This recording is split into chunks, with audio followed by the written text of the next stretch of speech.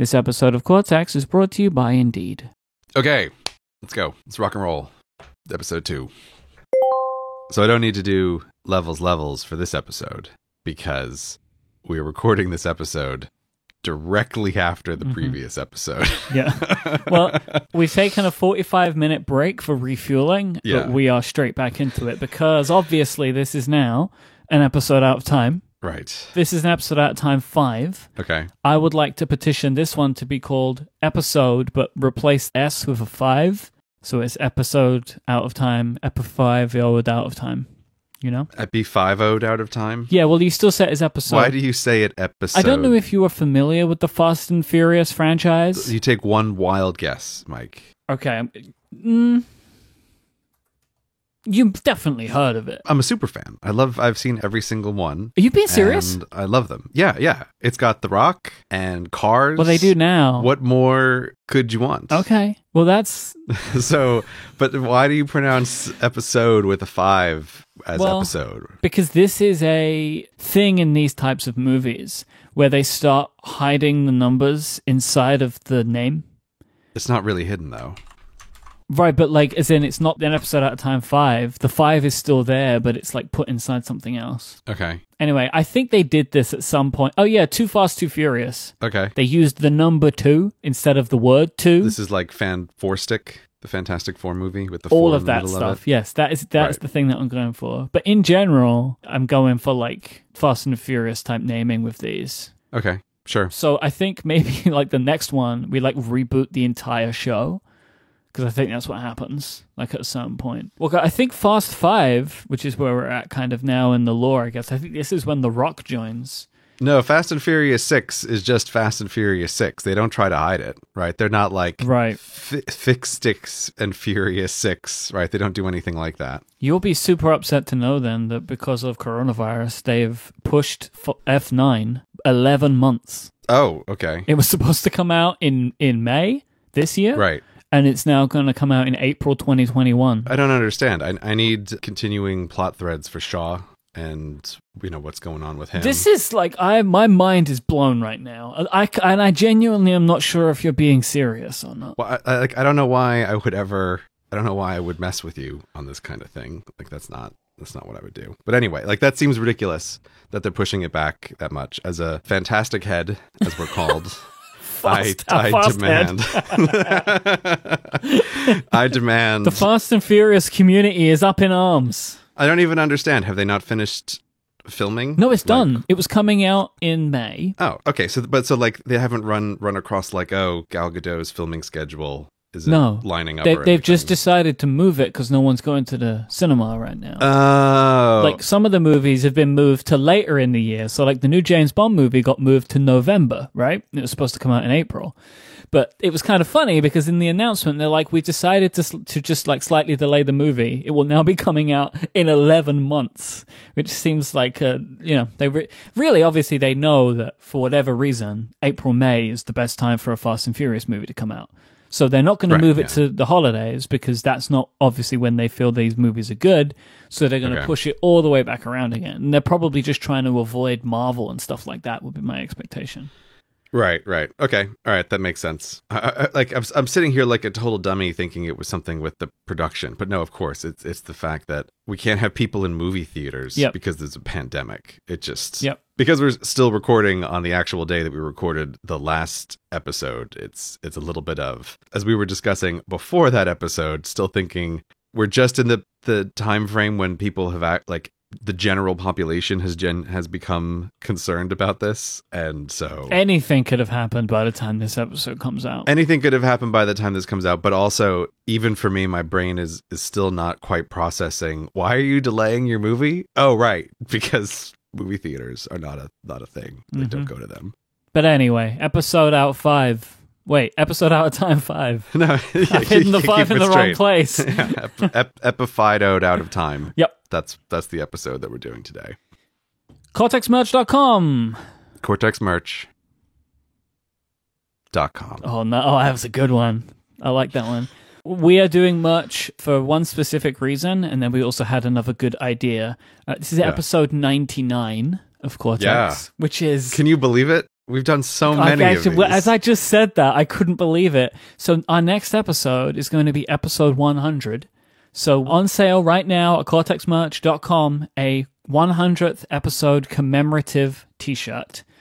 It is my favorite t-shirt design that we have ever come up with. Our designer, Simon, completely knocked it out of the park. It is a Cortex logo that looks like an app, and it has an unread badge of 100, which is so good. It's perfect. I have to say, Simon always does great work. But this one in particular, I think I have never had a shorter amount of time between how long did it take my brain to visually process what I'm looking at for a t-shirt design, and how fast was I like, double thumbs up, I love this. Yep. Like, it's just instantly legible, and I totally love it. It's such a great idea for the commemorative 100 episode t-shirt. It's absolutely perfect. It's absolutely perfect. And we loved it so much that we're going to offer this one in a couple of different things. So we're doing the regular t-shirt. We also have a Cortex 100th episode commemorative T Pro, which is a mega special foil printed version. So the unread badge, the red unread badge, is going to be printed in foil. Right. It is more of an expensive item. We've done this before. We had a gold leaf version, a gold foil version of a t-shirt. Just to be clear, if you have the gold Cortex shirts, it's not gold leaf. It's just gold foil. Right. It's got 24 karat gold. I love wearing that one. I have one of those, and I like it very much. But yeah, that is a more expensive version because it's got a much more complicated printing method. There's a reason pro stuff is more expensive. Yeah. And this is because it's made with shiny red gold foil. And exactly. It's amazing.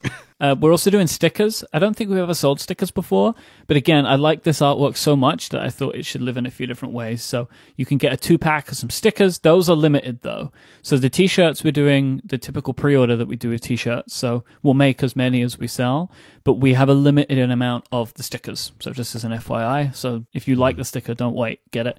And then we also have something that I'm very excited about. It seemed inevitable at this point, a Levels t-shirt. Look at who's come around to Levels. That's you, Mike. Levels is amazing, and it deserves to be a t-shirt. I don't think I ever had a problem with Levels. I think it was just gave me surprising. It was just a surprising thing to come across. But I have standardized now that is the way that podcasters should greet each other. Yeah. So yeah, we have a Levels t-shirt in a variety of wonderful colors. You can see all of these and buy all of these right now at cortexmerch.com. These are only available for 2 weeks. We won't be reminding you again, so if you want to go get them, go get them. The sale will be over of these shirts before our 100th episode. So maybe some of you might even they might be on the way to you by the time our episode comes out, or you could just wait a little bit, get your t-shirt, put your t-shirt on and listen to episode 100, which I can't believe we're approaching. I know. So many Cortex episodes, Mike. The number is so high. The number is large. I'm not even sure there's any other podcast that has a number as big as 100. It's just like a shocking. I just recorded episode 400 of The Pen Addict, like 2 weeks ago. Oof. Do you know though, Gray? Like, we are just a couple of months away from having worked on this project for 5 years. Really? Yeah. That's a long time. June 2015 was our first episode. Oh my God. I was a different man back then. We both were. Yeah. Who were the people who started this show? We don't even know them anymore. Nope. They're past us, and now here we are, continuing the path of life, always becoming a new person, discarding the old person. But still talking to Mike each week. On that note, cortexmerch.com. All right, so we promised Cortex Movie Club for this episode, and we are going to be talking about Inside Bill's Brain, a 3-part documentary series on Netflix talking about Bill Gates. The episodes are kind of broken down into 3 little stories, and they tell different things that the Bill and Melinda Gates Foundation are up to, and also kind of refer those back to Bill's history. This is the first time you've seen it, right? Yeah, so I watched it last night. I just sat down and watched the whole thing in a row. Very watchable as a single thing. Like, I don't think they even need to really divide it up into episodes. I mean, it's just Netflix, right? They know you're watching it all in one go. Yeah, but that's also partly why I feel like, who are we kidding, Netflix, right? Like, what do you think I'm doing? watching this one episode a week. Like, let's get real. Just make it one thing. Yep. It was easy to binge. It flows from the start to the finish. Yep. It's really well made. It's incredibly well made, and it's very cleverly made as well. Yeah. The second episode, I think, is the best episode from a narrative perspective. That's when they're focusing on the polio vaccine, right, and talking about his history. And they overlap the problems, right? So like him trying to isolate and work out and calculate where to put the vaccine, and then also calculating how to do the school schedules. And they just overlap the conversations, and it's fascinating. It's so well done. I think it's difficult to not have a lot of respect for Bill Gates, right? Like I don't know anybody who cares about technology that does not respect Bill Gates as an individual, like on his contribution. But this gave me even more so for him, you know, like really seeing in detail the work that the foundation is doing was really enlightening to me. And I came away from it feeling even warmer about Bill Gates than I did before. Yeah, it's interesting because I was thinking before watching the documentary last night that it's like just trying to think about my history of Bill Gates, of like what have I thought about this person, because he's been a large figure on the technological landscape for the course of my life. And it's funny because just trying to think about what were the phases of my thoughts about him. And I remember sort of early in my computing use time having this feeling like, oh, computers are crazy and we need someone to come in here and totally unify this system. That like, oh, if we have all these wildly different working computers, what a big problem this is. And we just like, we need a dominant market player here to make everything work together so that all these computers can be great. And then years later, I became embarrassingly, when I was using Linux, one of these people who would like write Microsoft with the $sign. Oh, I know, right? Like, no. I know I did that a couple times on bulletin boards, and it's like, oh God, past me. Like, I can't roll my eyes hard enough at that person. If I'm writing notes, like sometimes like very fast, I will do $sign for Microsoft. Yeah, but that's like an abbreviation, right? Not an embarrassment. But that abbreviation comes from terrible nerds like you who wrote Microsoft with a $sign, right? Like that's how I know about that. Yeah, and looking back on it, it's just funny because you know, again, like that's the height of my insufferable Linux userness. Yeah. And I also love it because it's the kind of thing that in retrospect betrays a total edgy lack of understanding anything about the world. Right? Like I think that's the kind of a thing when you're younger and you're like, oh my God, did you know that this business is trying to make money? And it's like, oh, and they want to be the best. yeah. And it's like, kid, I don't even know where to start with this, right? Like, I get why you're angry and why you and a bunch of Linux hippies want to build an operating system made out of flowers together. And it's like, it's great, but also, Jesus Christ, is that embarrassing? This episode of Cortex is brought to you in part by DoorDash. Between never-ending laundry cycles, incoming emails, and you're working from home, you've got plenty on your to-do list.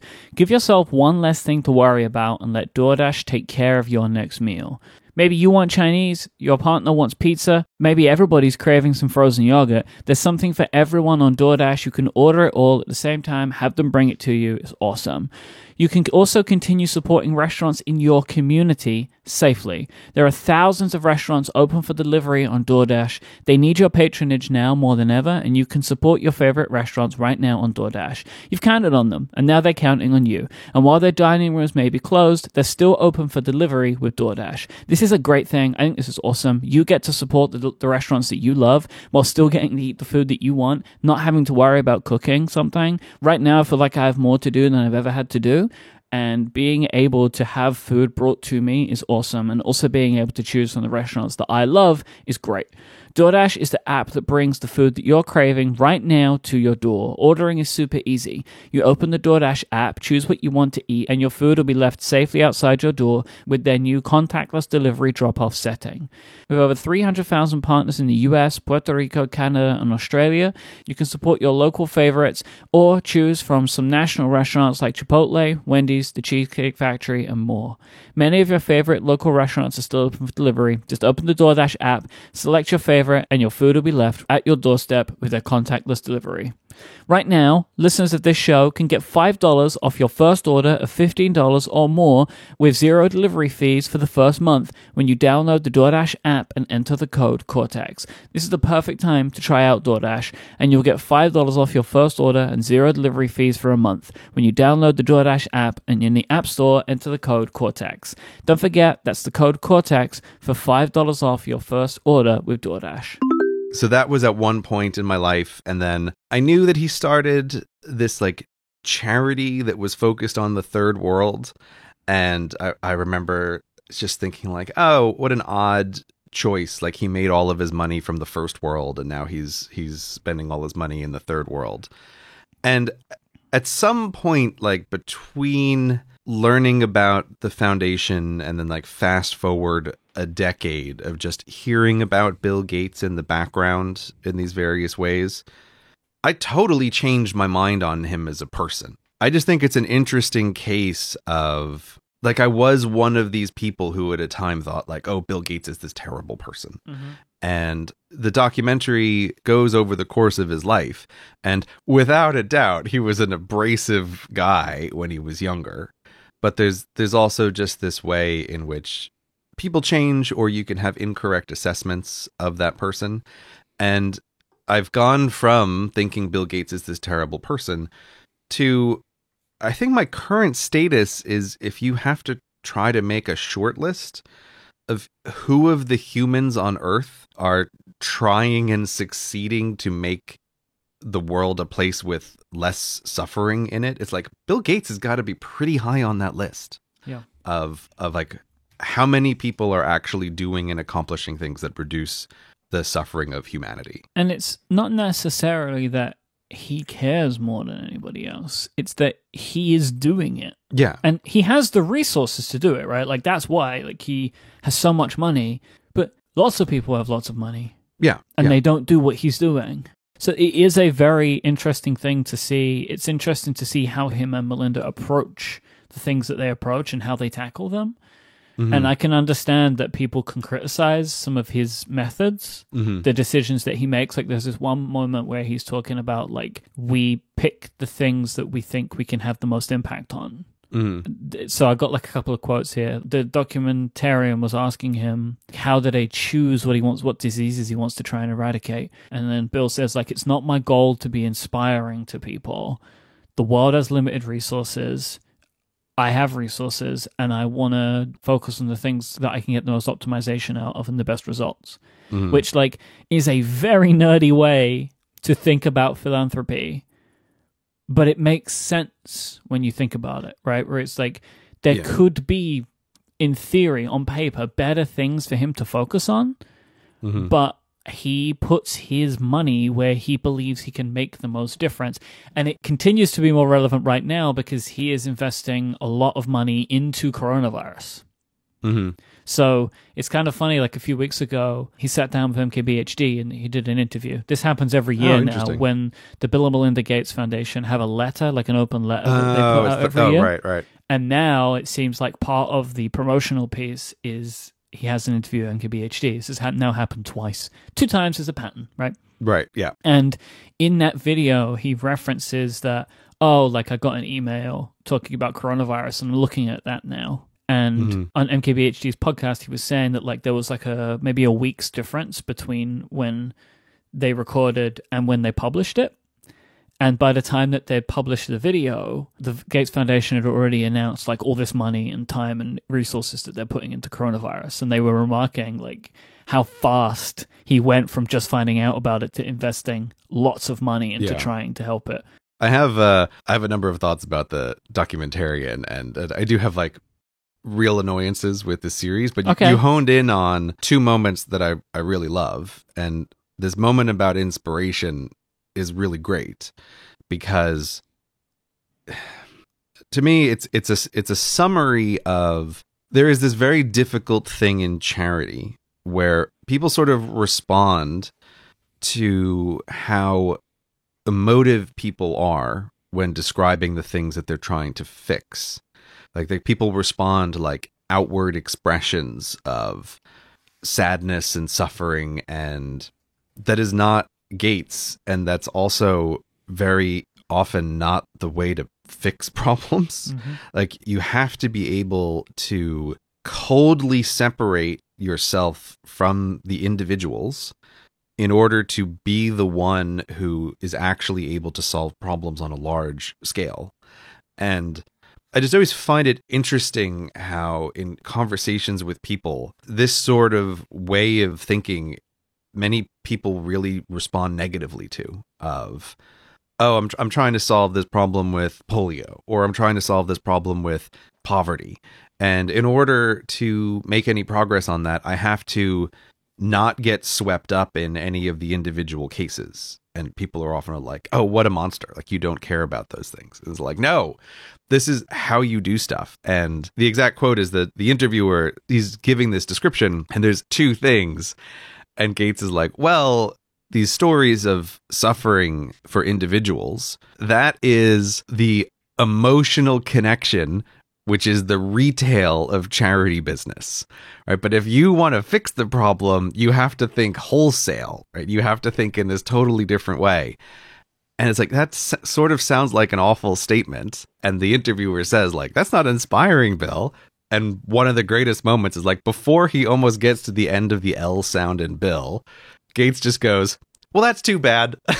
You know, like, and he says, like, if you're not trying to inspire people, what are you doing? And Gates says, optimization, right? And it's like, that is just, it's great. Like, yes, this is how, if you want to solve these problems, you have to actually go about it. And he's thinking of it like in like what you're saying about the coronavirus, which I wasn't fully aware of all those details. Part of it is trying to pick projects in a marginal way of like, where do his dollars make an additional marginal increase in quality or decrease in suffering compared to like the charity world in general, or how difficult the problem is. Yeah. I personally find that like not inspiring, but it fills me with hope of like, great, this is someone who is not getting distracted by the details and is focusing on like the hard things to focus about to actually try to fix these problems. Even if saying like, oh, we're in the wholesale business sounds so grim and so boring, but that's the way you do it. But I think this is evidence of an individual who is aware of what they are capable of. Bill Gates is not an inspiring figure. Steve Jobs was an inspiring figure. You know, like he would get on the stage and he would talk and you would believe whatever he had to say, right? Yeah. And Bill Gates doesn't carry that kind of weight. Even Ballmer was more inspiring in his own way, right? In his own Ballmery way. Yeah. But he could, he could amp you up, and that's just not Gates's way. So he is aware of the fact that what he can do is give money and knowledge. Mm-hmm. That's what he can do. So that's what he does. Mm-hmm. And so, like, he chooses things, I think, where his skills and his resources are best placed. And standing on stages and doing these things that's not really his thing. And there are many examples of him doing shocking things on stages that's different to inspiring. He doesn't inspire people. He quite frequently scares people, right? So there's like, everyone's familiar with the TED Talk he gave where he let mosquitoes out into the room and locked the doors, right? Because it was about malaria.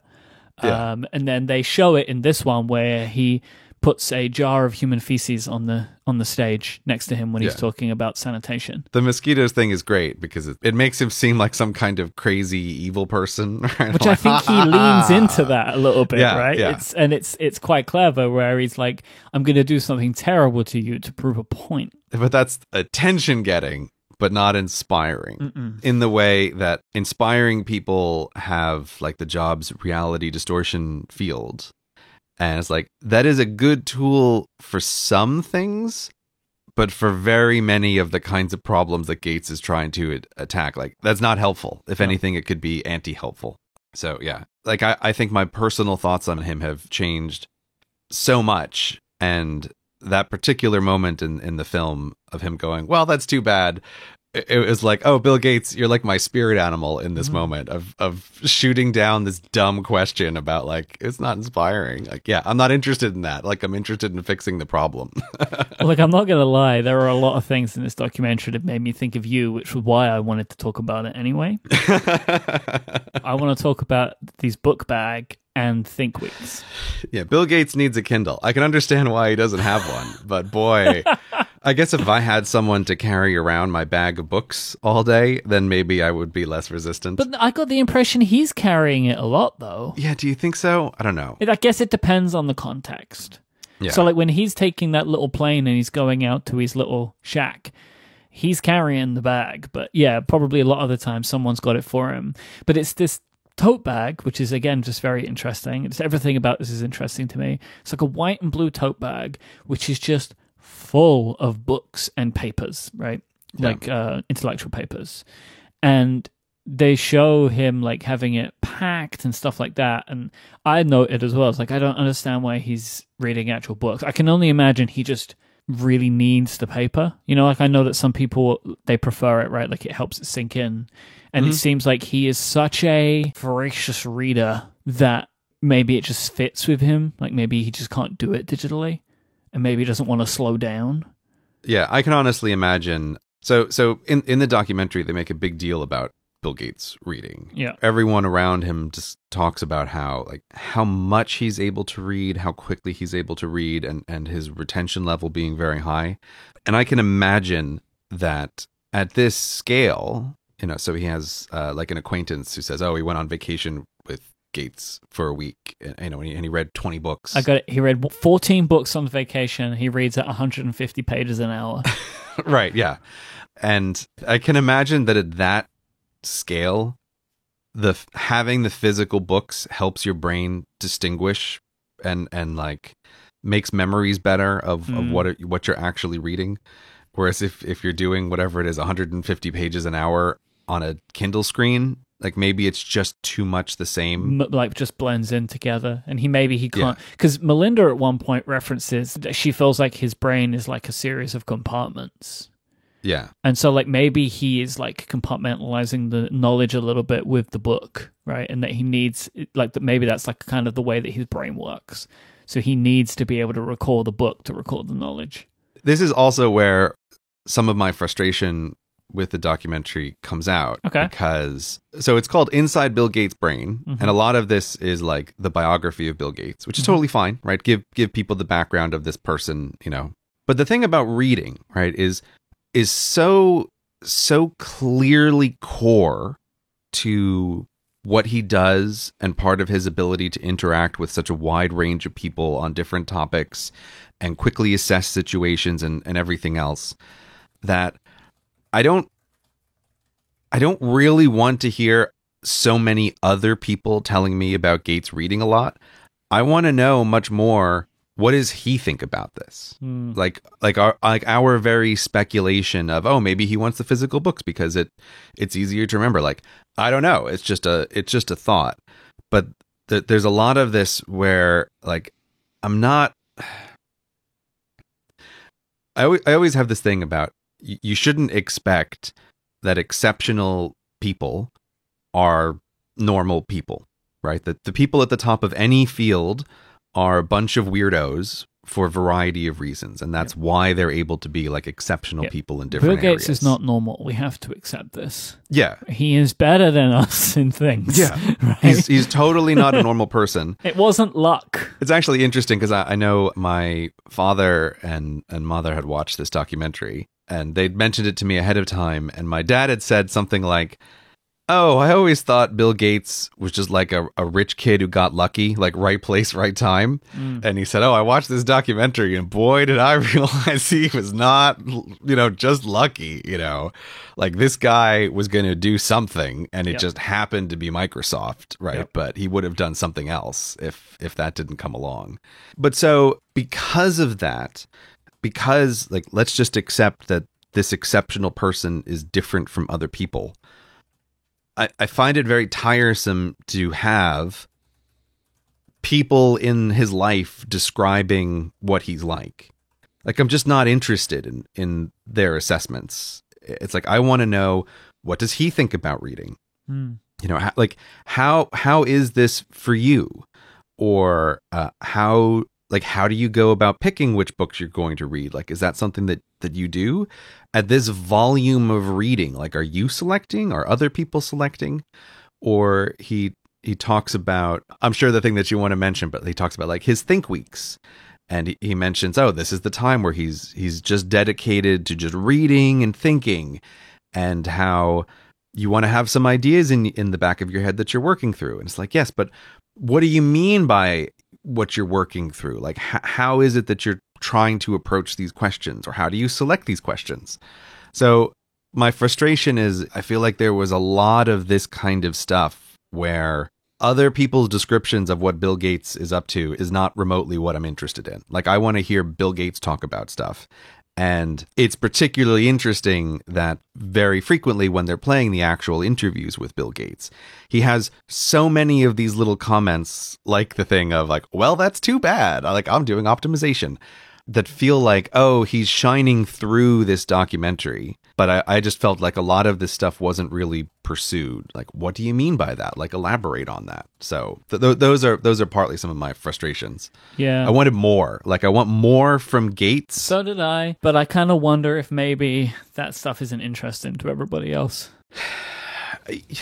I can get that, but then maybe don't call your documentary like Inside Bill's Brain. That's a good name, though. It's a great name, but I think that is not what they are selling in this documentary. I was expecting it to be a little more autobiographical than it actually is. Because ultimately, the reason that he did this documentary is to promote the foundation. Yeah, I think so. It is a marketing piece for the foundation, which from his perspective, I'm on board with that. There is no problem with that. Yeah. But I still maybe would have liked to have seen a fourth episode that did more, right? Yeah. Why does he read what he reads? How much time does he read? Where does he read, right? Does he read in that library, or is the library just for storing books? Why does he keep the books? Why does he read on paper? Like, all of this stuff, which I would love to know more about. But there was something I wanted to touch on, which is kind of, it's in my notes for this area, is they talked to Mike Slade, who's a former director at Microsoft, and he says that Bill always knows more than the other person he's talking to. And this comes across so frequently in the documentary, or at least if you don't see that, you see him knowing things that, like, it's surprising that he knows. So like when he's there's a couple of instances, both with sanitation and with nuclear power. These are two of the things that Foundation's focused on. And one of the ways that Bill tries to push innovation is to basically create a competition. So he'll have universities and companies compete to create a solution to a problem, which he will then fund, right? Right. In both of these instances, he's going into, like, and this is especially in the one where they're doing nuclear power, he's going into these rooms and he's talking to people, and he is having incredibly in-depth technical conversations and asking all these questions that I can't even fathom to understand. And sometimes you see kind of like surprises the people he's talking to. Yeah. And it's like, this is stuff you shouldn't know. You didn't do this. Like, you were not a nuclear physicist, right? You did not do this, Bill. Like, this was not your thing. But he's learned it all by reading. And it is unbelievable. There's a little section I really like, which is, I don't have the name offhand, but they interview the guy who has written all of the books on energy. He's like the German or Austrian guy. Oh, yeah, I don't remember the guy's name either, but like there's the thing where he's like, this book has an audience of one, and it's just me. Like, no, it's even more brutal. But this is where, like, Gates his interesting way of thinking shines through, because it's another line I really like of his where he says, he doesn't say it has an audience of one. He says, the natural audience of this book may be less than one, right? Which is like kind of an amazing and brutal review, but also pitches it in a way of like, that's just what this book is, right? He's not saying like, oh, it's a bad book, or like, there's none of that. He's just like, oh, Vladislav went too far on this one, and, you know, just went too far and went completely into it. And I love when they talk to this guy who his whole professional life is thinking and writing about energy and the like human civilization's use of energy. And he's written, you know, whatever it is, 20 books. He has a huge number of books. And they ask him, you know, has anybody read all of your books? And it's like, maybe just Gates. You know, that's like the only person who's even come close to doing this. But what comes across for me, even though the documentary doesn't specifically say it, is his ability to read has allowed him to essentially absorb the entire professional career of another expert. He knows nearly as much about energy as like the world's expert knows about energy, because he's just consumed everything that he's read. And that is the thing that allows him to move between different environments and talk to people, because I don't think he's just done it with that one guy. They're just using that guy as an example of Gates can do this. Like, read your book, absorb your stuff, keep it in his head for future reference, and be able to pull it out in a conversation when it's necessary. And it's an incredible skill. I know you well, maybe we'll get into it a little more about, like you said, you didn't like the documentarian. Is that a word, by the way? Have I made up a word, or is that? No, that's correct. Yeah? That's a word. But there was a few things that I enjoyed, especially towards the beginning of the episode, is like the way he would ask Bill questions. I think that he worked out that Bill will answer things immediately, and he knows things that people shouldn't know. So like there's one scene which I loved about this, when they're playing tennis. Mm-hmm. They're playing tennis, and he'll ask him, what's the longest you've played tennis? And Bill immediately says 8 hours. And he goes, like, what's the highest temperature? It's like 106 degrees. He has worked out, I think, that Bill remembers things that people don't typically remember, and he'll ask him questions like that, and it's fascinating to see this complete deadpan responses. He is effectively returning the answer that you've asked the computer. Like, it's just immediately like available to you, this information. And I actually did really like that. And even questions like, you know, asking what's your worst fear? And Bill says, I don't want my brain to stop working. And I immediately thought of you, because that feels to me like something you would say. Well, if you listen to Gates talk, he does the, like, I picked up on it as well. He many times references his brain as a separate entity in that way, right? Like he doesn't phrase it as, I don't want to get dementia, right? It's like, I don't want my brain to stop working. And there's a few other times in the film where I noticed that. I mean, I'm always a big believer, and I think that's a useful way to self-conceptualize. I think that helps you think more clearly about yourself in relation to other things. And yeah, like, of course that's going to be his big fear. Like how much of his life is defined by his brain. It makes me think of John von Neumann, who's sort of considered to probably be one of the smartest people who's ever lived. Like, that was his horror at the end of his life, is he could feel like he was losing grip in his final days on the sharpness of his mind. And I imagine for someone whose life is just so intellectual, no one wants to get dementia, but it has to be more horrible if you know you are a much sharper knife than the average knife in the drawer. In the same way that I imagine if you're a great athlete, losing your physicality must be harder than it is for someone who like never experienced the peak of what their body can do. Hey, here's something I just found. I just figured to Google it, and it's true. Gates has made heavy investments into Alzheimer's. Okay. Interesting. Because that was what I thought was like, it just dawned on me. It's like, surely he's doing that. Surely he's putting money into that, because it's something he is concerned of for himself. Yeah. Right? Like, as in, like, if he doesn't want his brain to stop working, surely he would be funding research into making sure that wouldn't happen. right? That that maybe by the time that these things would happen to him, there may be cures that he's helped fund.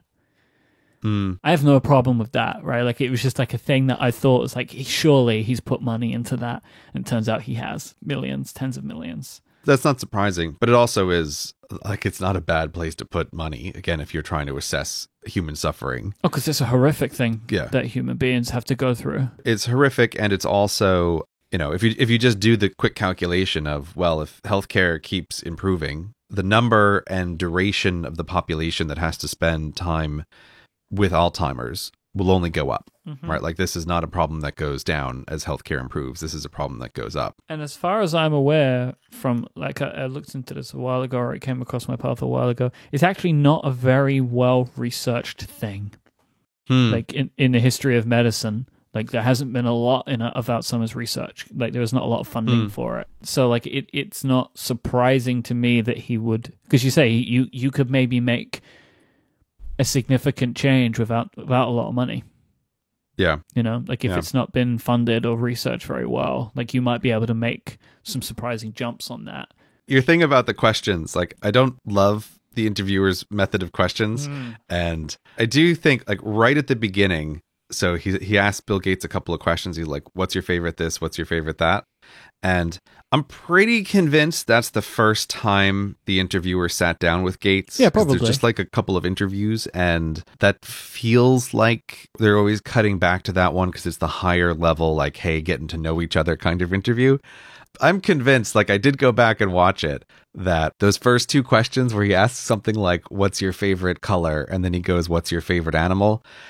And I'm looking into Gates's eyes there, and I think he in this moment is debating for a couple of seconds about whether or not to just abort this whole project. But that's what I like about those questions. Like, and I don't think that the guy is doing it accidentally. Now, the interviewer saves it. So he says, like, what's your favorite color? What's your favorite animal? And Bill Gates kind of answers both of them dismissively. And then he says, what's your favorite animal that you eat? And then you can see Gates was like, oh, okay.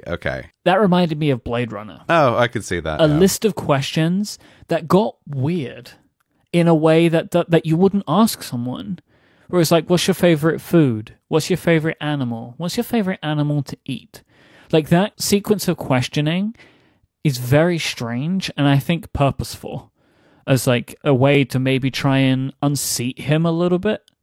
Like, kind of lure him in and then just like throw him off. Because that is, if somebody asked me that question, I'd be like, what are you talking about? No one's ever asked me that. Like, what's so weird? So I actually kind of liked it. I thought that the progression was interesting because you can see on Bill's face where he's like, who is this moron? Yeah, but that's why I'm convinced in those first 2 seconds, he's already booting up the, like, do I abort this whole project part of his brain?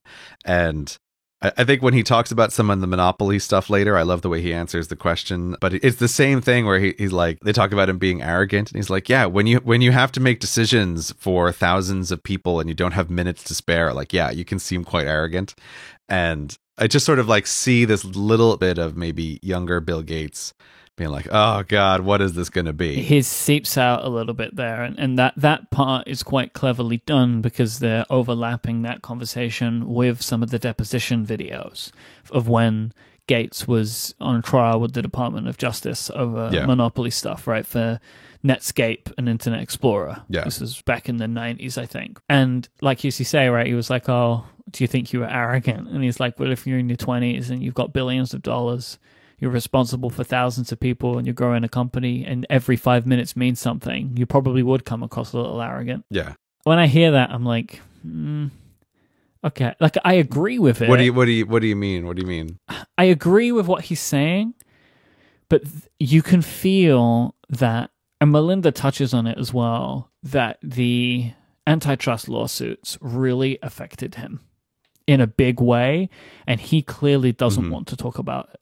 Right, like, ultimately, I think he just doesn't want to confront that again. You know, basically, the interviewer asks him, he's like, did you have a monopoly?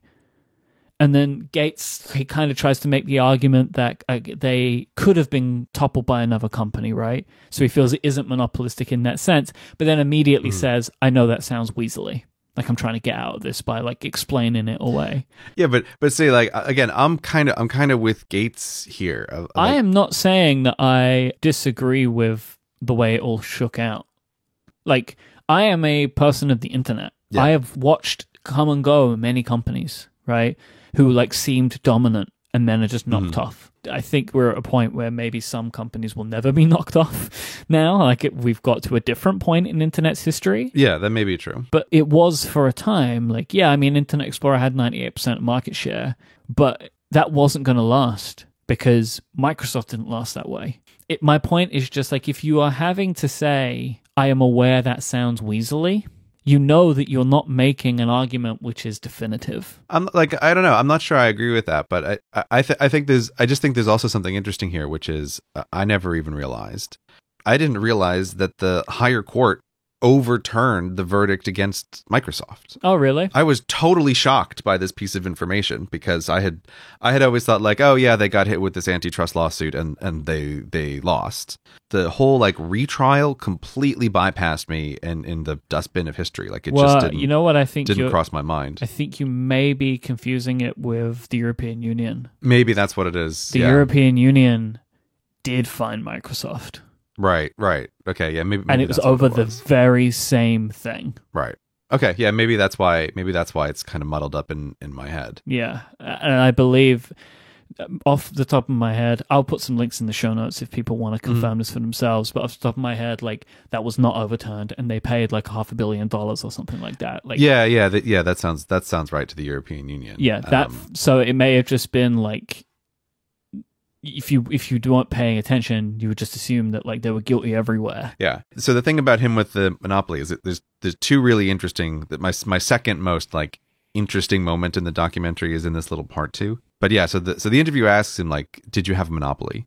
And his exact quote is, if by monopoly you mean a high market share, then yes. But if you mean an unchallengeable market position, then no. And that's where he's like, if that sounds like I'm being weaselly, But I just think there's a part here where like stuff like this is just not simple. Like that question is just not a simple question. And like I'm with Gates on this of like, he's in this horrible position that if people ask him, did you have a monopoly? What people sort of mean is, did you have really high market share? Right. But that's, that isn't what a monopoly is. But so my question on that though is, did Bill Gates in 1997 or whatever really believe that he could be challenged? Yeah, that's a totally different question, which I don't know the answer to. Because I think that does change it though, right? Like if he believed at that time that no one could beat Microsoft and Internet Explorer, right? That perception changes the outcome. All right, and I know that's like there's no facts in that, right? So like it's difficult to put that on trial. But like I'm just making the point of like I think that does make it slightly different because I would believe that he probably thought no one could beat him then. Like you see the kind of guy he was then, especially, and I genuinely believe that he was in the idea of like we've won this. Yeah, that's very possible. Like that's very possible. And if that's the case, it's like, well, then what was it, right? So like now we can argue on technicalities, but if the guy running the company thinks that he's won, then they anyway, it's too complicated. It's incredibly complicated. Yeah. But I think it's an interesting thing to think about at least. Yeah, it is interesting, and it goes back to like it's just you can so see in the clips that like young Bill Gates is this really abrasive guy. So good, those clips. Yeah, and like old Bill Gates is like a friendly grandpa, and it's such a but you can still see the same person. Well, see, that's interesting though, right? Because like they show the clips of him being deposed, and and I understand it, like he is being asked the most idiotic questions, right? Yeah. By people that do not understand. We've all seen the clips of like Zuckerberg in court in America, and they're asking him like, how do I change the ringtone on my iPhone or crap like that, right? And like that's clearly what's happening. Yeah, and it's like I've got no sympathy. Zuckerberg, I would say is not a person I have any warmness in my heart for. But even still, it's like, oh God, can you imagine being as smart as Zuckerberg and having to on camera like listen for hours to these totally idiotic questions from unrelated. People who know nothing. Like, he's there to talk about something completely different. And these people are bringing their tech support questions to him. It's like, I'm sure it was exactly the same kind of conversation in those depositions, right? So like, you can see how he gets that way. And Gates had to sit there all day, right? So I can guarantee you those clips are from hour 7 of day 2 of. But then there are also the questions. clips of him in office meetings at Microsoft, where he is just like losing it, right? And there's like, someone says that he used to say like, that is the most idiotic thing I've heard all day, when he said it like 10 minutes earlier about something else. But the thing is, like, he's also asked questions of like, has he mellowed? And people are like, no, he hasn't. And I wonder if maybe he can just control himself better now. But ultimately, he's still the same kind of guy. Well, so it's only one person who answers the question of... So Gates himself says that he's mellowed. And I forget, it's just like the venture capital dude is the only one who says no. But his answer is like, no, if anything, he's amped up what he's trying to do, which is like a slightly right? Like I think that question was a slightly different sort of thing, but I don't doubt that like if Bill Gates wants to, he can turn on lose it. the like arrogance of a younger man. But before we leave the Monopoly thing, the one thing which is my perhaps most favorite moment in the whole documentary is when the interviewer asks him something like, oh, what would you tell your younger self about that whole time? And Gates's whole manner changes. Like he gets colder, and he says to his younger self, you have an overly simplistic view of what's going on here. I loved that so much. Well, so the interviewer goes like, what do you mean, defensive? And he says, you're naive. You're naive. And this is also partly where like I'm sort of frustrated with the interviewer, because boy, do I want Bill Gates to expand on that point. Even though I think he's not gonna though, Gray. Like if you asked him, he's not gonna say any more than that. Right, but like even just the clip of him saying like he's not gonna say any more than that, right? Okay. But like I think anybody who's thinking this through can pick up what Bill Gates is putting down in this moment. Yeah. Kind of like, hey kid, you think this is actually about, is Microsoft a monopoly? And like you're trying to fight this game on, is Microsoft a monopoly? And this is not remotely the reason why you're stuck in this situation. Yep. Like that's not what's going on here. Play here, and you can't control them. Yeah. It's like it's the same thing with Zuckerberg of like, why was Zuckerberg hauled over to Washington D.C.? Like, is it for the reasons they really said, or is it for other reasons? And like, oh, I think we all know it's also for other reasons. But that is my favorite moment, and part of it is just his demeanor change, and like, I'm making a real statement here for people who want to hear what I'm really trying to say. Like, you have an overly simplistic view of what's going on here. I thought that was great. Let's talk about the Think Weeks. Okay. So Bill started these when he was at Microsoft in the 90s, and he has a little cabin that he goes out to, which looks very remote. It looks like seaplane only to get there kind of thing. And it's referenced in the documentary that this is like a time that he'll take to distill his thoughts. He just reads and he thinks. Someone refers to it as like CPU time. It's just like when his brain is processing things. And I also noted that he loves Diet Coke. He drinks a lot of Diet Coke. There's like a whole fridge of Diet Coke. Yeah, as soon as you tune into it, he's actually drinking Diet Coke through a huge portion of the documentary. Just like constantly drinking Diet Coke. It's like, hey man, I think you might have a problem. Yeah.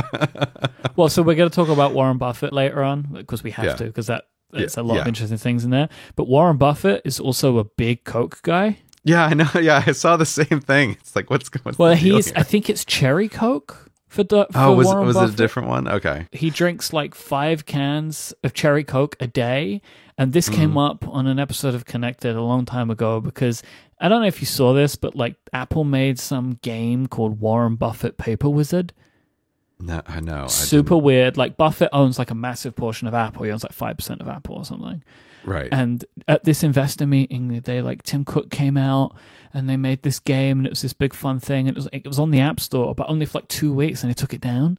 So weird. Like Apple made the game, and it's like you're going around and throwing newspapers at like Apple HQ. Oh my God. Yes. Okay. This sounds familiar. Yeah. Because so Buffett strange. had like a paper route as a kid or something. Yeah, that's how he started his fortune, right? That's like his story. Like Paperboy in Omaha, worked it up and up and up, and now he's like one of the richest men ever, that kind of thing. But anyway, he was the face of Cherry Coke in China. Really? Yeah. Warren Buffett is like freaking fascinating. Like the more you look into that guy, the stranger it gets, like in many ways. But yeah, so there's a connection there with Coke. But the Think Weeks, like they jumped out to me because it is very similar to the Greycation, right? Mm-hmm. And I just wanted to know what you thought about it. The very first thing I wanted to know was, is that his real cabin? Is that really the place that he goes? Like I can't decide if it is. I think it is. I feel like it is. Why wouldn't it be? I don't know. Just like, how much does he want to show on camera? If someone was doing a documentary on me, I can guarantee to you that I would not be showing them where I actually go for Greycations, right? And so it's just wondering, like, oh, if Gates goes to the same place all the time, does he want people to see the inside? I think it is his place, but it just kind of struck me as I wonder. I don't think Bill Gates' residences are very secret. Yeah, I know. But still, like, how much do you want to show or not show? So anyway, the way it looked struck me as sort of exactly what I would expect of. It's a small place. It's focused. It seems to contain nothing but books and a bed and a refrigerator full of Diet Coke. And that's what you would want if you're doing this, is narrow and focused. You see, I buy it because if it was more lavish, I would have maybe raised an eyebrow. But like the realisticness of it just being a bed, a table, a fridge, and a bookcase is like, I can imagine that being all he would have. Yeah. I like I said, it focuses you. You have less to do. You're just going to sit here and you're just going to read. This is also where I really just wanted to kind of know more. But it's interesting why he calls them Think Weeks. I think is because he says it's very fast, but he says that he goes there with a list of particular questions that he has in the back of his mind. Yeah, and so he has this example like, when will low interest rates end? Like that's a question that he has on the his way mind. he kind of phrased it, which I also found interesting, was kind of like, it's like he's kind of like talking, you have those questions, they pop up in your brain and they're just things that they occur to you. I go there to actually think about those things. Yeah. So like, as you say, like about what about interest? Why are interest rates the rate that they are? When are they going to change? Like people think of these things, but let them go. Yeah. But it seems like he is like, no, I want to know. And like he will maybe record them, find resources, go there and answer those questions, which is obviously a very different type of living or thinking than most people. Yeah, because I was just connecting it to, there's an earlier part in the documentary where he says you have to pick a finite number of things for your mind to work on, which again, he's like distancing himself from his own brain. Like, you're not picking a finite number of things for you to think about. It's for your mind to work on. And just trying to connect the dots a little bit, I get the impression that that's sort of related to the Think Week, that it really sounds like he's going there with like a piece of paper with 10 questions on it or something. And he's dedicating this time to actually trying to get answers about these particular things. Like he is not going in an undirected way. He's going in a purposeful way, which like I had heard about the Think Weeks in some general way of like, oh, this is a thing that Bill Gates does, but it was interesting to me to see that it's not what I had vaguely thought about of, oh, it must just be unstructured. Like he's spending a week catching up on the reading that he couldn't do during the rest of the year. And it's not like what you do, right? Which is focused work time. He's not, it's not that. Like he's just reading with no distractions. In many ways, it's the total opposite of work time, that it sounds like, oh, he's using this as a time to separate and possibly adjust course based on the answers that he gets to various questions. And like, you were saying, like, this is something I would want to dig more into. Like, how often does he do them? How accessible is he during these times? Like, is he doing literally anything else? How does he prepare for them? How does everyone around him prepare for him being gone? Yeah, that's all the stuff that, I'd want to know all those things. And I would really just want to know even just a little bit about what are you doing to try to answer these questions? Like, you must be thinking about this in a more structured way than, oh, I just grabbed a bunch of books, right? Like, you're doing something else. What are you doing? Or how do you think about these questions? Or how many questions do you have? How do you select them? Like, like, I think there's just so much more there. Do you expect to actually answer them? Yeah. But again, these are not things that most people are going to care about. Like, if you're making this documentary for Netflix, really, it's like, if they're making a documentary for us, it's very different. I would like to get inside of Bill Gates' brain, though. Can somebody out there get us to interview Bill, and we can really dig into this stuff? If someone could just pass this along to him, it'd be great. Yeah. But so again, like, there's these moments where Gates kind of shines through, and I love them, and those are the parts that were like, knowing about what his organization was up to was fascinating. Like, knowing more of these details was really interesting. But Gates shining through is amazing. And the other thing that I wanted so bad after this documentary, I want a Netflix series that's just called, like, The Warren and Bill Show. And I want to see, oh my God, yes, like, Warren Buffett and Bill Gates just hanging out and talking about whatever. It's the best. I love it so much. Playing bridge at the local Omaha Bridge Club, just as a couple of normal Joes. It's amazing. They're getting hamburgers with more salt than any human being should ever consume. It's so disgusting.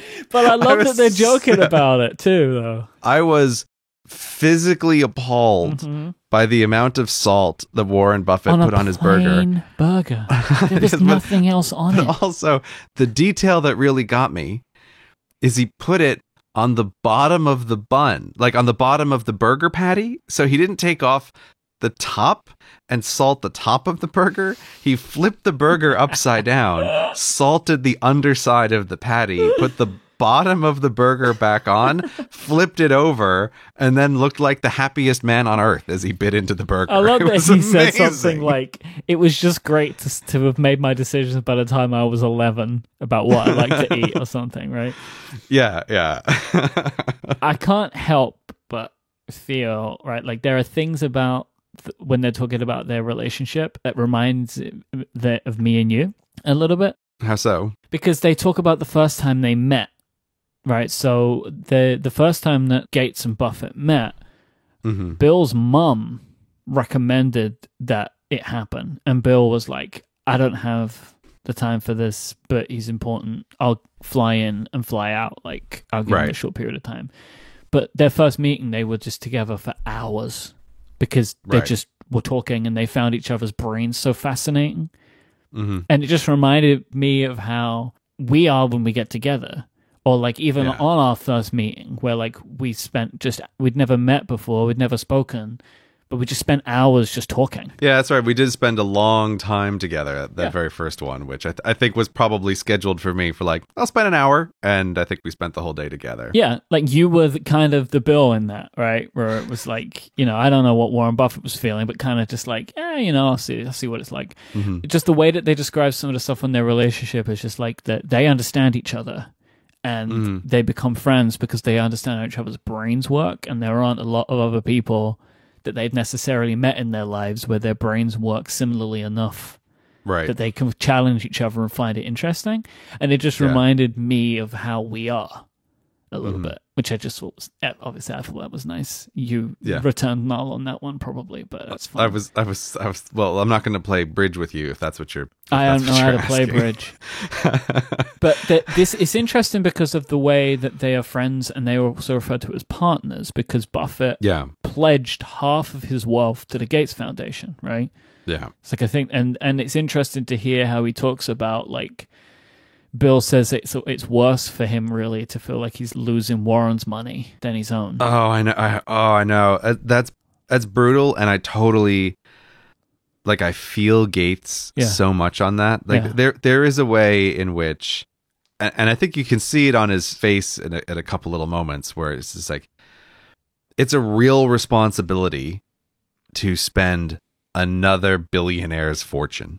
Mm-hmm. That's almost an inconceivable amount of, I don't want to say burden, but like it's almost an inconceivable amount of exchange between two people of like the wealth that Warren Buffett has built up over a lifetime, passed on into the hands of Gates to manage. Like I don't think I could psychologically deal with that of like, oh God, it's okay if I lose my own billions, but if I lose Warren Buffett's billions, that's terrible. That's a terrible situation to be in. Because it's like, it's difficult. They're friends. Yeah. Or even just like Buffett wants an update on like, what's the situation with polio? How's that going? Like, what do we think the odds are on actually being able to get it down to zero? Let's come back. Right. You know? Yeah. That's a very different conversation if the two of you are just hanging out and talking as billionaire buddies and bridge partners versus, oh, also you're spending all of my money on this polio problem too. Mm-hmm. Of like, oh God. But I could watch the two of them interact all day long. It's just something about it that was charming but weird. They're like in the recliner chair. Why are they in that store? Why are they sitting on recliner chairs? Like, who made that happen? Why is that happening? Yeah. They're doing this like thing in a kitchen. Like, it's just really strange. Yeah, it's really strange. And even just my wife laughed out loud because she was like, what are these two? They're just sitting in a diner. Like, this is what they do. Bill Gates flies to Omaha and they just go to like some random diner sitting in the booth. And it's like, okay, what's the total net value represented by the two seats in this booth in a diner in Omaha? It's something intrinsically absurd about it. I mean, I can't imagine they are actually doing that because like Berkshire Hathaway owns that town,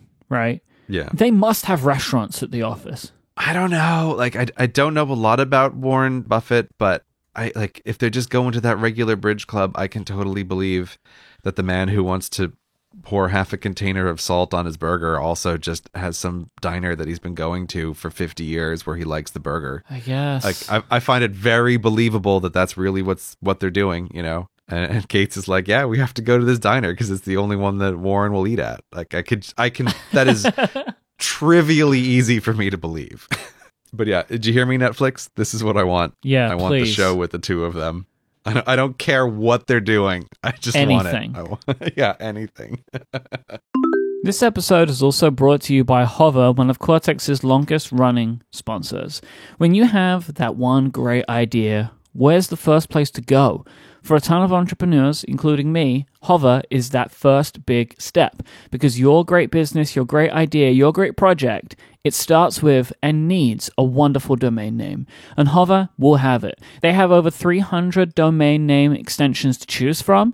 No matter what you want to build, there is a domain name waiting there for you. They have excellent technical support to answer any questions you may have, and they're dedicated to getting you online and not upselling you. One of my favorite things about Hover is how easy it is to connect my domain to other services. They make it really super simple with just a few buttons in most instances that I have to click, and they give me really detailed instructions if I need to enter or change any records. I've always found this sort of stuff super daunting and confusing, but Hover make it so easy to do. They also have free Whois privacy, so bad guys don't get your information. They have a clean user experience, they don't bog everything down and make the options super hard to uncover, and they have monthly sales on popular top-level domains. It's easy to see why Hover is the popular choice for people starting businesses. We know that you love great user experiences because you're a listener to this show. I think that's kind of inbuilt in all of us. You want things that work straight out of the box, and I know that you're going to appreciate Hover. It's super simple, clean, easy to navigate and use. Buy your own domain today and start using it right now by going to hover.com/Cortex and get a 10% discount on all new purchases. I'm sure that right now you may have that idea and you have a little bit more time maybe in your life that you want to execute it. Go to hover.com/Cortex, register your domain name, and get 10% on all new purchases. Our thanks to Hover for their support of this show. Make a name for yourself with Hover. So going from the micro which is Warren Buffett and Bill Gates sitting in a cafe eating burgers, is hilarious. All right, to zoom all the way out to the macro, again, one of the things I liked about this documentary is the way it sort of focused on the way Gates thinks about problems and how to solve them. And this is the stuff that we were talking before about, like, what is underfunded? Like, where can you be effective? And the toilets thing, I think, is just a great example of this. I get the impression that this is largely what started the Bill and Melinda Gates Foundation was around thinking about the problem of sanitation in the third world and how to solve it. But it's just, I think it's kind of fascinating to hear Gates talk a little bit about it, where he's like, oh, toilets are this totally underfunded problem, and they're a thing that nobody thinks about. And it's like, yeah, that's perfectly correct. Like, nobody thinks about it. And what I didn't realize, and what I found interesting, is like that there's no market segmentation in the world of toilets, where we only have two options, which is you live in a modern country that has billions of dollars worth of plumbing and these multi-million-dollar waste treatment facilities, and you have like an incredibly complex system that keeps the water clean and nobody ever thinks about it. And then as they said, like, the moment you go down from there, you're left at a pit in the ground. And it's like, there's very little that you can do in between those two extremes. And like, I just thought it was a really fascinating way to kind of think of this problem of, can you try to fund something that can exist in between these two areas? Because there's that guy who works for the aerospace company who says that there are places in the world where they have sanitation plants but don't have the money to run them. Yeah. They have the plants, they don't have the money to run them. Or the thing that I never thought about is like, oh, if you have a slum, one of the best things you could do for that slum is cleaning up the sanitation. But you just physically can't put pipes under the ground to all of the dwellings in this area. Like, it would just cost more money than the country even has. It's just a good example of trying to build up something else to say, like, okay, what can exist? What are our options here? And talking about the way they think through the problems of like, okay, we got to power the toilet system somehow. Like, maybe we can use the waste to power the toilet system itself, or, maybe we should just try to have some kind of composting system, or like, what can we do? And then on the other side, the part where you can see Gates being frustrated, and it comes up later with some of the nuclear power stuff of, okay, that's great, we have a toilet that's theoretically self-sufficient, but it cost $50,000 to make one of them, and we need to find suppliers who can mass produce this and bring down the price. It's like just such a horribly, horribly complex problem, and also a problem with such tremendous upside, because the number they give in the documentary is like there's 4 billion people on Earth without access to modern toilets. It's like, man, even if this has been a 10-year project that has been really hard to try to solve, it's like the upside is tremendous if you can solve this. And I wouldn't be surprised if still to this day, like, the Gates Foundation is one of the very few people trying to work on this problem of how do we construct and build and roll out cheap toilet and sanitation systems in the world. And it's a great example of like the marginal dollar of like, where can Bill Gates direct his resources to try to make a maximal impact for something that hopefully you can find as a somewhat cheap solution. Again, this is where I wish the documentary had gone in a little bit more detail, because I don't quite understand what is the current state of this project. But it definitely seems to me like a great area to put all the resources in. And it was just similar also thinking of polio as a little bit of a reverse case, where it's not that people aren't focused on trying to get rid of polio. But I loved one quote in particular where Gates says, the thing about polio is that getting to 0 cases is magic.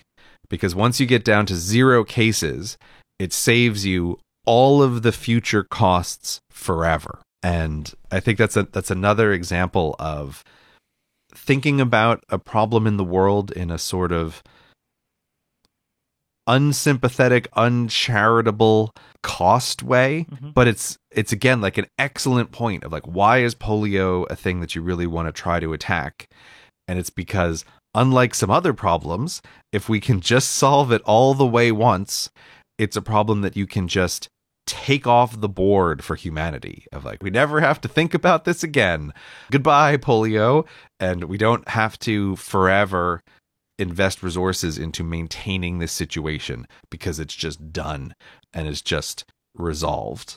And it's also very, very frustrating watching as a viewer to realize like, oh my God, like we've gotten it so close, but there's just like 3 areas in the world where you can't get it down to 0, and it's just logistically difficult. Or there are just things that happen that there's no way he can work against, like terrorism, war. But that's what I mean is like, oh, you have like these terrorist controlled regions in the world, and like those are the last holdouts for polio, and you just can't do anything. But it's like it feels tantalizingly close. Of like, if we can just get it to 0, what a tremendous benefit for all of humanity.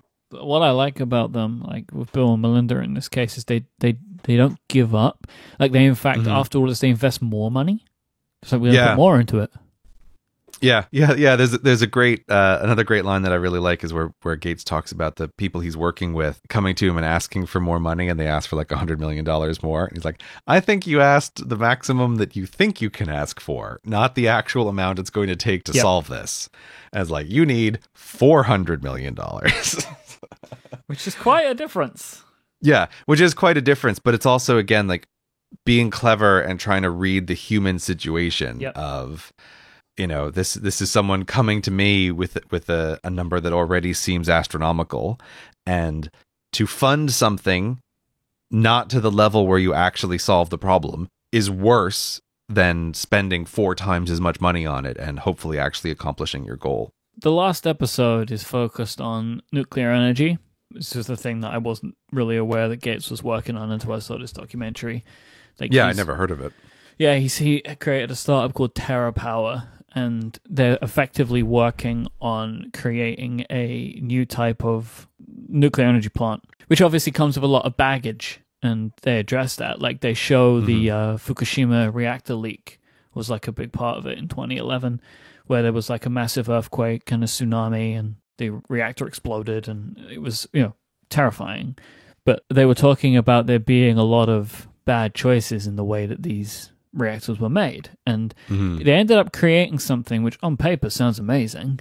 It's a reactor that has been designed to be fueled by depleted uranium, which is the waste that we've already created with other nuclear energy stuff, right? So they were saying about, like, there is a waste plant in Kentucky that has enough discarded uranium to power the entire US for 125 years on their reactor system. And they talk about it being clean, efficient, and safe. So I kind of wanted to get your views on it, but I need to talk about something real quick. I just have to say it because I can't not. Okay. There's a guy in this called Nathan Myhrvold, and he was the CTO of Microsoft and is very involved in TerraPower. I don't want to talk about this guy because... Is he the guy who wrote the book on bread, or is he the venture capitalist? The guy who wrote the book on bread. Okay. Because years ago, Myhrvold was connected to and part owned a patent trolling company called Lodsys.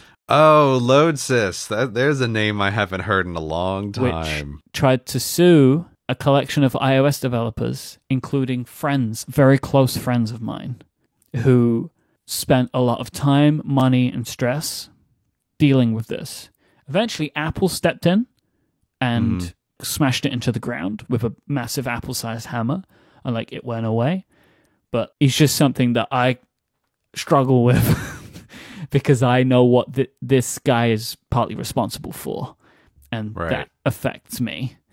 and I can't like him. So you don't want to read his book on bread? Don't want to read his book on bread. Okay. Seems like a clever guy, but also a not good person.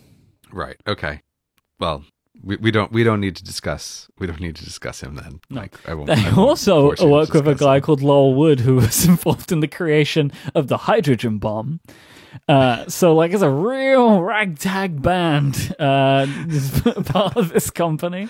They did have like there was one part that sort of made me laugh unintentionally where they what's the other guy's name? It's Lowell Wood, where they introduce Lowell Wood and they make this.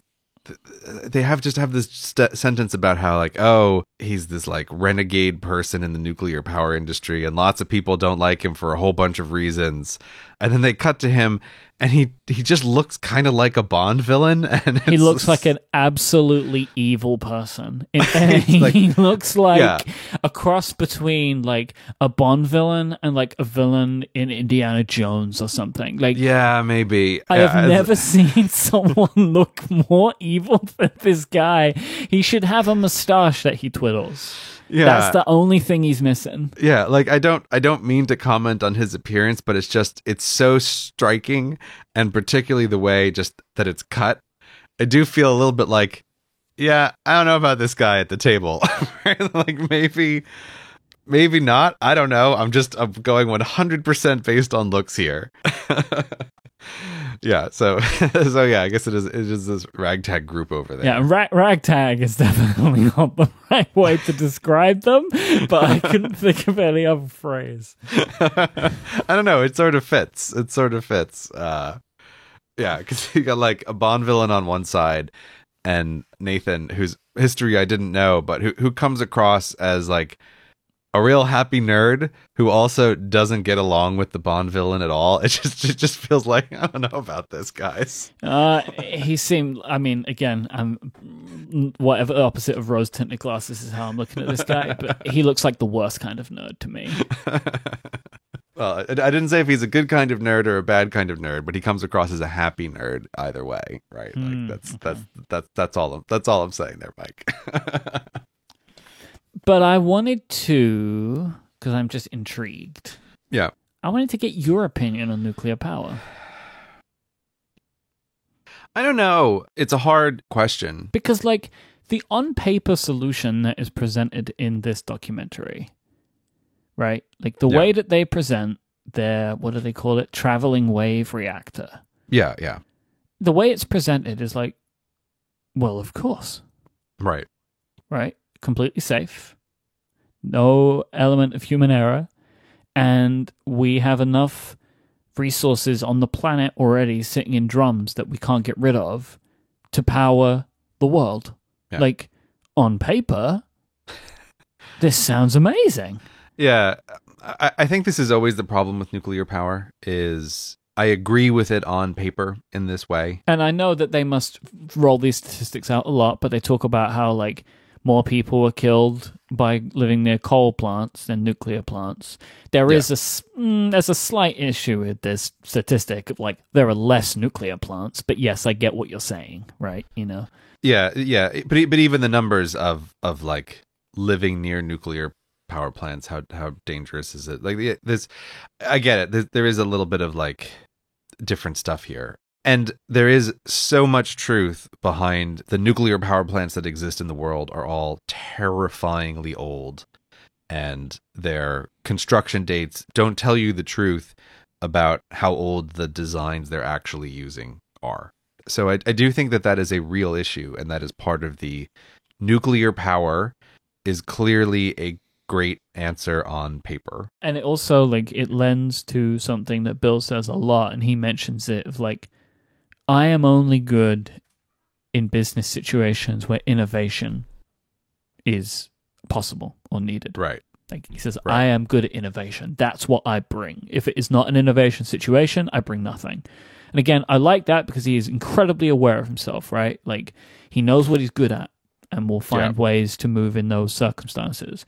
And it clearly seems from the way it's positioned in this documentary that nuclear power very much needs innovation if it's going to continue.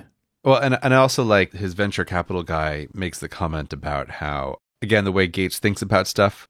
We're like, oh, you make a lot of friends trying to cure polio. You don't make a lot of friends trying to build nuclear power stations, right? And how, from Gates's perspective, that's actually a reason to go into nuclear power because it's another underfunded situation of like, who wants to be the person who's seriously dedicating a lot of time to let's build brand new nuclear power stations now. Everyone else is too scared of it, right? Yeah. They're too scared of the perception of it. Yeah, everybody else is scared of it, and even in countries that have been traditionally very pro-nuclear, like a lot of them have been dismantling their nuclear power stations.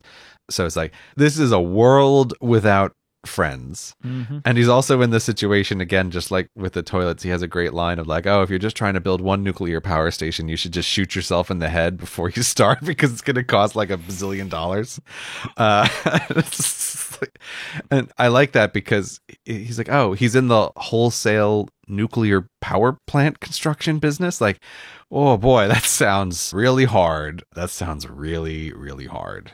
But so, like, I don't have a strong opinion on nuclear power. I'm sort of theoretically for, but some smart people who are closer to the topic than I am, who I've talked to, are of the opinion that, yes, it's great on paper, but we should probably take the resources that we would spend on trying to build nuclear power plants and do other things with it. Just that it's a difficult, it's actually not a good place for marginal impact of additional dollars, that there are other alternative energy sources that it would be better to scale up faster. Just that like nuclear is going to take too long, also considering regulatory burdens. All the practicalities of actual life, the pushback you would get from people, even if you have a system that's safer, nobody cares and nobody wants to hear about that. Like they just know like, oh, you want to build another nuclear power station. So I don't know. I think on paper it might be great, but in real life it has a bunch of real difficulties that may have nothing to do with how good or not good the solution actually is. So I don't know. I don't really have strong opinions one way or the other. I mean, would you want a nuclear power plant to go up behind Mega Studio? Right, but I also wouldn't want any type of plant. Right. You want nothing now. You're a NIMBY person as soon as you have an office. Like, I don't want coal to go up or an oil processing plant or anything behind anywhere I am. A wind turbine? I don't want it. No, that's gonna cause disruption to me. Right. Saying that I don't want those things in general is not correct. But nobody wants them in their backyard. Right. It's just like not a thing that anybody wants because it's going to affect you somehow, or you're going to be scared of it affecting you. Right. Yeah. I mean, my feeling is like if what they are saying is true about their plants, if they are what they say they are, I have no problem with him investing his money into it. Because I am also aware of the fact that he is investing his money into other renewable resource stuff. So if that's the case, then why not do both? Because even if you only built a couple of them and then all it did was use up the nuclear waste that's been generated, that is a net good to the world. Yeah. Right? Yeah. If it is as safe as they say it is and it won't have reactor meltdowns, which the way it's explained to me, I understand it. All right, I can see why you say that's safer, because the way that you've explained it to me compared to what is currently out there in the world, that makes sense. Like, if you could give this another name, people wouldn't freak out about it. Right. Yeah, maybe don't call them nuclear power plants. Right, because it's like, it seems like it doesn't have the same set of problems that current nuclear energy does. Because it's using the waste, so it's not even like at its most potent. Right? Like they talk about using liquid cooled metal, which could never get hot enough because the boiling point is so high. I think they kind of said we'd have other problems if that was the situation, right? That like this is going to start to boil. Like you're not going to care about the reactor exploding at that point. So it's like the way that they explain it all, it's like, well, this all makes sense. If it is as good as they say it is, why not have these as well? But of course, I don't know that. I'm sure that when original nuclear power plants were invented, they were perfectly safe based on what was being said, right? My point is, if what they are saying is true, I have no problem with it. Yeah. But I can't validate that. Yeah. I'm not smart enough. I don't have enough physics knowledge to be able to validate if those power plants are safe. Yeah. I have enough physics knowledge to be able to say I can believe them that they're correct, which is slightly different. Like they're not saying things or making claims that strike me as crazy, right? Or against the laws of thermodynamics. It's like, yeah, that seems plausible. But we also only know what we know right now. Exactly. Right? And then it's like in 45 years, they're like, oh crap, depleted uranium's worse. That is very unlikely. But you could run into a problem of like, oh, the tips on the coolant cores are made of the wrong material and we just didn't know, right? That kind of problem. So yeah, I don't know, but boy, is that a problem that is not an easy one and is quite the thing to take on. And I just didn't have any idea. Not that it matters anyway, because they can't build them. Yeah. Right? At least that's where it was left because of the issue with the American and Chinese governments right now. Right. They can't build them. So there's a big wah-wah sound at the end of that section. That was one of those things where like this comes up a few times in the documentary of like, while we were saying Bill Gates is not inspiring, he clearly has a way of being able to get people to do what he wants. Because he is able to convince the Chinese government to work with him. They talk about earlier, like when he goes in to talk to all of these leaders in Nigeria and gets them to agree to allow for his vaccines. Yeah. One of my favorite ones is the aerospace owner guy. Where like this guy's building like military contracts and planes, and Bill somehow convinces him to build a sanitation plant. Like, how did that even happen? Yeah, that is. I forgot about that. Where he's like, "Oh yeah, I'm building top secret equipment for the military," and Gates shows up and is like, "Hi, how about you build toilets?" And he goes, "Okay, sure." Right, like Bill Gates has the ability to convince people to do what he wants them to do, and I just find that very intriguing. Right, that he has that power because it's clearly not money. Right, like I don't think it's money a lot of the time in some of these situations. I have a thought about that though. Okay. Because this again is like what we were saying before about Steve Jobs has like a reality distortion field, and there's a way in which if a thing doesn't exist, you can inspire people to move in a direction and you can make it become so. Out of raw charisma. Yeah, out of raw charisma. Mm-hmm. But I think that is limited to very particular kinds of problems. And that sort of charisma does not work for the sorts of problems that Gates is up against. Nuclear power does not yield to a really charismatic dude trying to convince people to work together on a problem. Okay. Right? Like you're up against the laws of the universe here. Mm-hmm. And in a lesser way, but I think it's the same thing, polio and toilets, they're the same kind of thing. Like, people are getting infected and water is dirty or it isn't. And an economical way to fix this or to cure this exists or it doesn't. And what I suspect, because there's a little thing where Bill Gates talks, I normally have no patience at all for people talking about their childhood, but there's a little section where Bill Gates talks about how he was having this really difficult relationship with his parents. And the whole family goes off to therapy and they pretend like, oh, we are all going to therapy. But actually, Bill needs to go to therapy and he and his mom need to work stuff out. But there's a part which like struck me as interesting and made me think about these later parts. So Gates says a couple of things and he says, oh, my main problem was I felt that my parents' authority was arbitrary. Which is absolutely unbelievable. Like, as a phrase, because it's so true, and it is fascinating that a child could work that out. Yeah, but that's also again like, man, Gates, I feel you in this moment of like, I get it, like that feeling of like my parents' authority is arbitrary, like this school system is arbitrary. Like I think there's a way in which. Like, you can imagine a young Bill Gates having a really hard time with some of that stuff. Yeah, because, like, he understood how everything worked. Everyone was pretending, but he was smarter than everyone and had to just go along with it all. Yeah, so it goes from there to, he says, oh, I'm at war with my parents. And then he's talking about the therapist that he was working with. And the therapist says, oh, but this isn't a fair war. because you're going to hurt your parents way more than they hurt you. Like your framing of this as a war is totally wrong. And so Gates then describes how like, oh, what a brilliant tactic this therapist took. And that he needed a little while to be convinced, but this basically unraveled the whole problem, right? Mm-hmm. That he was convinced on this. And I think there's something very interesting here because is like that therapist may have had the one thing he could have possibly said to a young Bill Gates that would be effective, which is, as Gates describes, a convincing response that like, yeah, your parents' authority is arbitrary.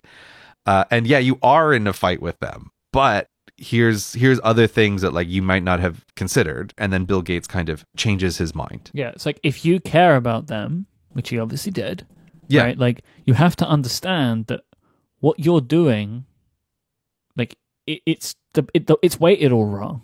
Like you shouldn't do this, right? Like it is fascinating. The reason I mentioned this is because I think, like with the aerospace guy, or with being friends with Warren Buffett, or convincing people to work on polio or nuclear power or anything else, what I suspect is that this is not any kind of charisma in the Steve Jobs sense.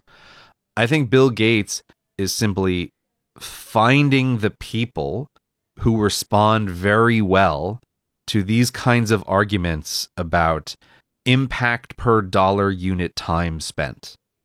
And so I kind of think that's what's occurring here. Is it's not that he was able to like convince anyone to start building toilets.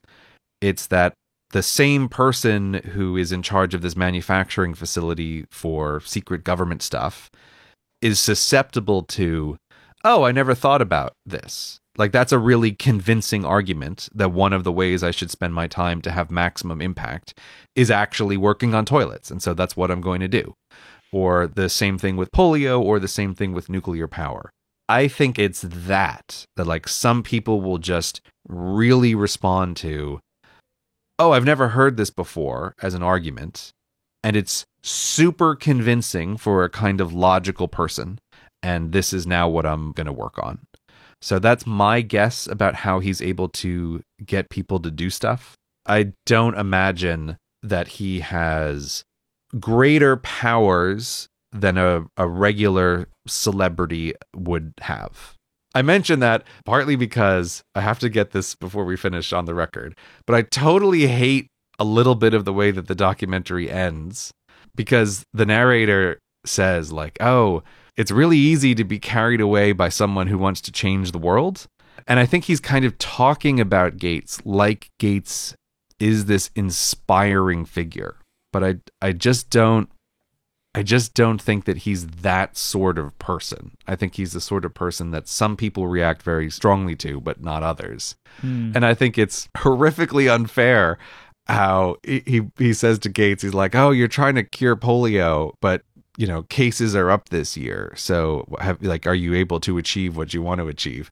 It's like, dude, yes, cases are up this year after a decade of decline and like narrowing it down to the smallest possible area. Yeah, I know, but he's wrapping it up. But it's like a good wrap up because I don't think it's a good wrap up. It's not a good wrap up because it's not fair. Because the three things he's focusing on are not working. Right, like that's the wrap up. It's the wrap up is like what he's trying to get Bill to say is what he says, which is like Bill's like, yeah, but I'm just going to keep going. Yeah, but that's the inspiring message at the end of it, though, right? No, but it's not. Here's the thing: he undercuts that as well because he says like, oh, Bill Gates gives the answer that he always gives, which is to work harder, and that's his greatest thing. But I've also come to see that quote that die-hard relentlessness is also his flaw, and it's like. Fuck you, right? Like, how many kids don't have polio because of Bill Gates? It just made me so furious. Okay, I get that. Oh, I'm sorry. He didn't solve nuclear power for you, and maybe the toilet problem isn't fixed. Yeah, call me when hundreds of thousands of children have been spared a crippling disease because of you, right? Like, even if, Bill Gates only has half a success because polio hasn't been completely eradicated, it's still such an incredible accomplishment beyond what almost any human will ever do is like, yeah, I'm still going to count that as great. And I feel like it ends on this undercutting of like, oh, well, you know, people are following him because he's inspiring, but where has it gone? Not very much so far. I just hated it so much. I hated that, like, the last couple of lines from the narrator so intensely. I mean, I can see it. I didn't get that kind of feeling from it, but I can understand that feeling. I just had to get it on record. Because, like, I kind of came away from it of just, like, I feel sorry for Gates. That, like, he wanted to have been able to achieve the ultimate success, but hasn't been able to get there yet with the things that he's focused on. Like, has made massive strides, but none of these things have gotten to where he wants, right? Because, like, he's had to put more money into all of them, you know? And I completely agree with you. Like, the things that him and Melinda have done have made the world better overall, but like they haven't yet been able to achieve the things that they have set out for. But it doesn't mean they won't. Right. But the documentarian just decided to wrap it up with that quote, I guess. I totally hated it. And look, I'm not taking that hate away from you. Yeah, but I do love that, like, it's Gates's mom gets the final word of like, I forget exactly what she says, but something about like, the thing that matters not as like who you are now, but it, you know, like who you become. I was like, I'm pretty sure she'd be very happy with the results of what her son has accomplished. And so I'm very glad that she got the last word in the documentary. Yeah, it was really nice. I did want to just touch on Bill and Melinda a little bit, like their relationship, because it is fascinating. She is hilarious. Like the start of the second episode where they ask, like, what do you think his brain is like? And she just loses it, right? Because it's just like trying to understand how chaotic she thinks his brain is. And like trying to imagine living in that brain feels like hell to her in a way, right? Like just, there is no way that I could deal with it. But like, you know, I like their partnership. I think it's kind of interesting. I really appreciate the equality in it. You know, and obviously it seemed to be difficult at first, right? Because she was very private and didn't want to be in the public eye. But then that meant that everybody ignored her in the Foundation. Yeah. That if she didn't want to be seen and only Bill was doing the press, people would forget about her. So she had to make the decision to become more public. And it moved on from there. I just thought it was really nice to see just how strongly he values her as well. Yeah, they seemed really well suited to each other. Yeah, and I found that quite inspiring, honestly, like the equality that they have and the way that he really needs her, she really needs him. Like they are like a very tight unit. I just found that really heartwarming, and I'm pleased that she was as involved in the documentary as she was, because I thought it was very important as well to see that like she has clearly made an impact on him. Oh, right? yeah, and like for sure. cooled him down. There was one thing I did want to mention just about like the way that he would be at work, where he said that he knew the license plates, everybody's license plates, and would walk through the parking lot to see who was in the office. Man, and he said everyone can work part-time. You just choose the 12 hours you want to work. That's also the younger person of he has some line about, I work all the time and I love it, but I don't force that on anybody. And it's like, yeah, sure. Maybe you don't force it on anybody, but the guy who's walking around saying that, he has a different set of expectations. Yeah. It's like, it's a little bit hard to square with, I also know everybody's license plate and I'm always keeping an eye on who's at the office. But, you know, I don't force working harder on you. It's like, yeah, it might not be written on paper anywhere, but don't leave at 5 o'clock probably. So yeah, I really enjoyed it. I thought it was a great documentary. I'm pleased that you seem to enjoy it too. Yeah, I mean, obviously there's things I didn't like about it, but I would totally recommend it. Like I think it's really well made and it's really interesting. So yeah, I'd give it 2 thumbs up. I think it was a good recommendation. Yeah, I'm pleased that he did it. I just think it's interesting to find out stuff about these kinds of people because he's unique, really. Yeah. We're never going to see this about Steve Jobs. Yeah. You know, like Wozniak is not the kind of guy that would do this. So really, you've kind of just got Bill. Yeah. So getting him to talk about his life is important. It is important for history. Yeah, no, I agree. There are like 3 or 4 people that are responsible for changing the world to where we are now. And he's basically one of the only ones that will say anything. Yeah, yeah. And it's important to hear. CortexMerch.com.